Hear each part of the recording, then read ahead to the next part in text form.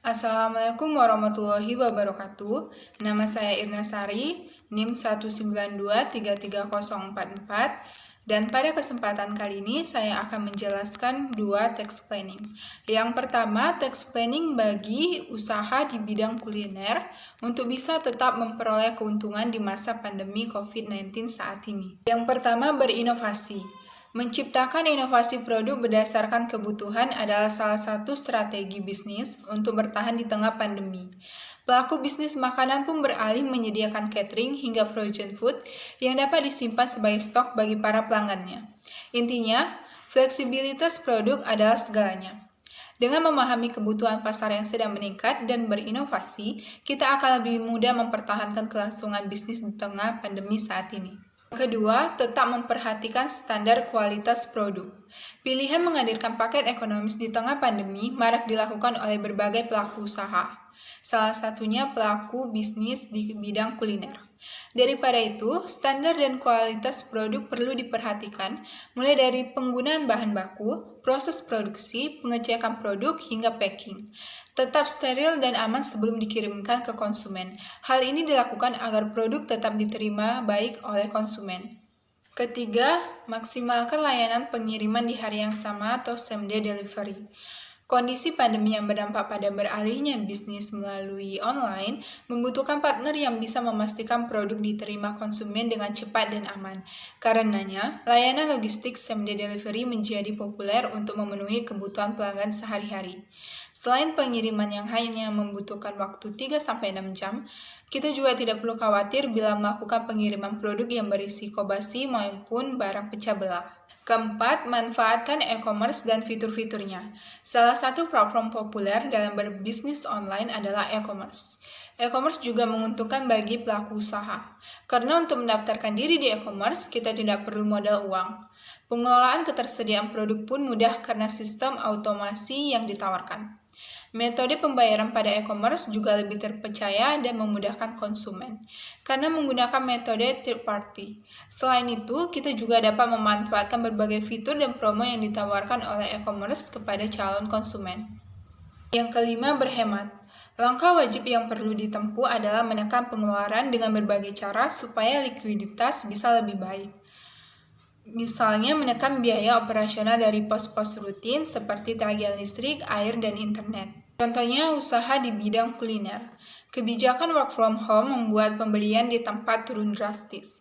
Kita bisa menekan biaya operasional dengan mengoptimalkan layanan delivery order yang tidak membutuhkan kehadiran karyawan terlalu banyak, karena tidak melayani pembeli di tempat. Kita juga tidak perlu menyalakan semua lampu dan mesin pendingin udara di kedai sepanjang waktu. Bila memungkinkan, lakukan negosiasi dengan supplier terkait pembayaran yang mungkin bisa diperpanjang.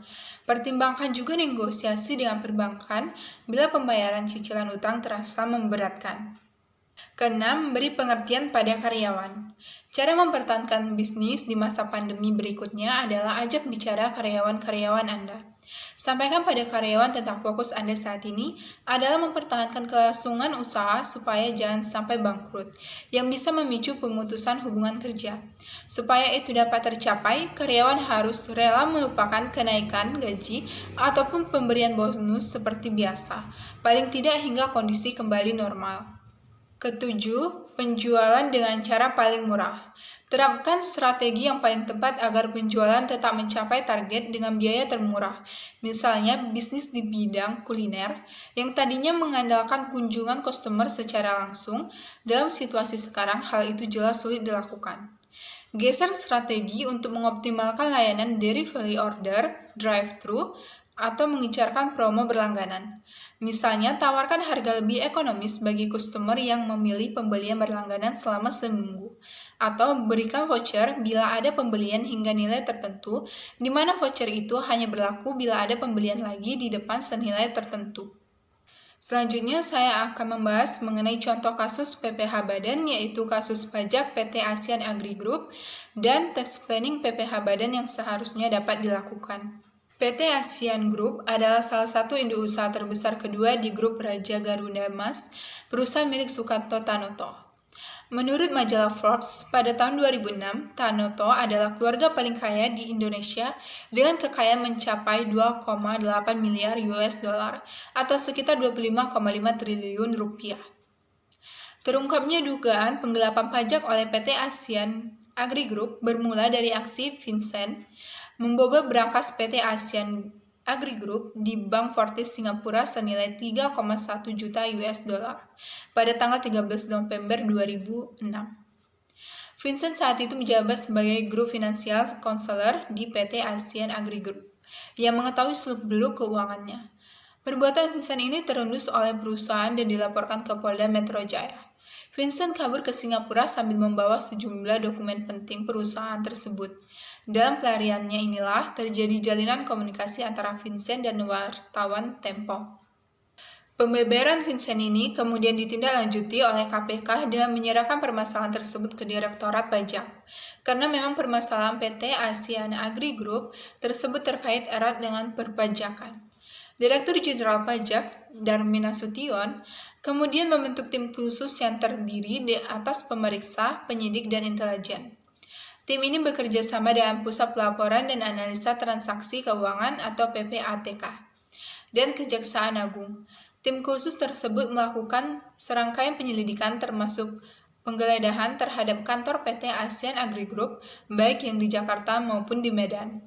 Berdasarkan hasil penyelidikan tersebut, ditemukan terjadinya penggelapan pajak yang berupa penggelapan pajak penghasilan dan pajak pertambahan nilai. Selain itu juga, bahwa dalam tahun pajak 2002 sampai 2005 terdapat 2,62 triliun rupiah penyimpangan pencatatan transaksi yang berupa penggelembungan biaya perusahaan hingga 1,5 triliun rupiah. Mendongkrak kerugian transaksi ekspor 232 miliar rupiah, mengecilkan hasil penjualan 889 miliar rupiah. Lewat modus ini, ASEAN Agri diduga telah menggelapkan pajak penghasilan untuk badan usaha senilai total 2,6 triliun rupiah. Perhitungan SPT ASEAN Agri yang ditetapkan berasal dari SPT periode 2002 sampai 2005. Hitungan terakhir menyebutkan penggelapan pajak itu diduga berpotensi merugikan keuangan negara hingga 1,3 triliun rupiah. Beberapa modus pencucian uang yang digunakan PT ASEAN Agri Group. Yang pertama, transfer pricing, yaitu dari perusahaan-perusahaan ASEAN Agri di Indonesia, kemudian dijual dengan harga murah atau di bawah harga pasar kepada perusahaan-perusahaan di Hong Kong, dan kemudian perusahaan-perusahaan Hong Kong tersebut akan menjual kepada Global Advanced Oil dan Fats dan Asia Agri Abadi Oil and Fats dengan harga yang sedikit lebih tinggi. Kedua perusahaan tersebut barulah menjual kepada real buyer dengan harga pasar, sehingga perusahaan di Indonesia mengalami kerugian sehingga penghindaran pajak dapat terjadi. Yang kedua, modus money laundering selanjutnya adalah dengan biaya fiktif, yaitu di mana perusahaan-perusahaan di Indonesia membuat biaya-biaya fiktif guna mengalirkan dananya dengan melalui rekening pribadi milik Haryanto Wisastro dan Andy Lucas. Yang ketiga, modusnya hampir sama dengan modus yang kedua. Yang membedakan adalah setelah uang dari perusahaan-perusahaan Indonesia ditransfer ke rekening Harold dan Eldo, kemudian dana tersebut akan dimasukkan ke dalam manajer investasi yaitu PEM dan Golden Eagle, di mana PEM mengurusi bidang finansial dan Golden Eagle mengurusi administrasi. Setelah diurus keuangannya, uang tersebut akan ditransfer ke Pacific Oil dan Gas dan perusahaan-perusahaan Indonesia. Majelis Hakim Mahkamah Agung dalam putusannya memutuskan selain membayar pajak terhutang sebesar 1,2 triliun rupiah, ASEAN Agri Group juga dihukum denda 2 kali pajak terhutang sebesar 2,5 triliun rupiah. Pembayaran dicicil mulai Januari 2014 sebesar 719,9 miliar rupiah dan pembayaran sisanya sebesar 1,8 triliun rupiah dicicil hingga Oktober 2014 sebesar 200 miliar rupiah per bulan. Sebagai jaminan itikat baik, ASEAN Agri Group berkomitmen melunasi seluruh denda dengan mengeluarkan bilet giro lebih dari 100 lembar yang sudah dititipkan kepada Bank Mandiri dan tiap bulan dapat dicairkan. Berikut tax planning yang dapat wajib pajak lakukan dalam mengefisiensikan pembayaran PPh badan. Yang pertama, memilih sistem pembukuan yang tepat, yaitu metode perhitungan penghasilan dan biaya atau stelsel akrual atau stelsel kas. Menurut stelsel akrual, penghasilan diakui pada waktu diperoleh dan biaya diakui pada waktu terutang. Menurut stelsel kas, penghasilan baru dianggap sebagai penghasilan apabila telah benar-benar diterima secara tunai dalam suatu periode tertentu, serta biaya baru bisa dianggap sebagai biaya apabila benar-benar telah dibayar secara tunai dalam suatu periode tertentu. Kemudian, analisis perbandingan pembukuan dengan pencatatan. Pencatatan itu terdiri atas data yang dikumpulkan secara tertentu tentang peredaran atau penerimaan bruto dan atau penghasilan bruto yang digunakan sebagai dasar untuk menghitung jumlah pajak yang terutang termasuk penghasilan yang bukan objek pajak dan atau yang dikenai pajak yang bersifat final. Yang kedua, pemilihan metode penyusutan aktiva tetap dan amortisasi atas aktiva tidak berwujud. Sesuai pasal 11 Undang-Undang Nomor 7 Tahun 1983 yang diubah terakhir kali dengan Undang-Undang Nomor 36 Tahun 2008 mengenai pajak penghasilan, di mana metode penyusutan yang diperbolehkan berdasarkan ketentuan ini dilakukan dengan yang pertama, metode garis lurus atau straight line method, menghasilkan pembebanan yang tetap selama masa umur manfaat aset jika nilai residunya tidak berubah. Yang kedua, metode saldo menurun ganda atau decreasing balance method. Pembebanan yang menurun selama masa umur manfaat dengan cara menerapkan tarif penyusutan atas nilai sisa buku. Yang ketiga, memilih metode penilaian persediaan. Penilaian persediaan barang hanya boleh menggunakan harga perolehan. Penilaian pemakaian persediaan untuk perhitungan harga pokok hanya boleh dilakukan dengan cara rata-rata atau dengan cara mendahulukan persediaan yang dapat pertama atau FIFO. Yang keempat, pemilihan pemberian kesejahteraan kepada karyawan dalam bentuk natura dan cash.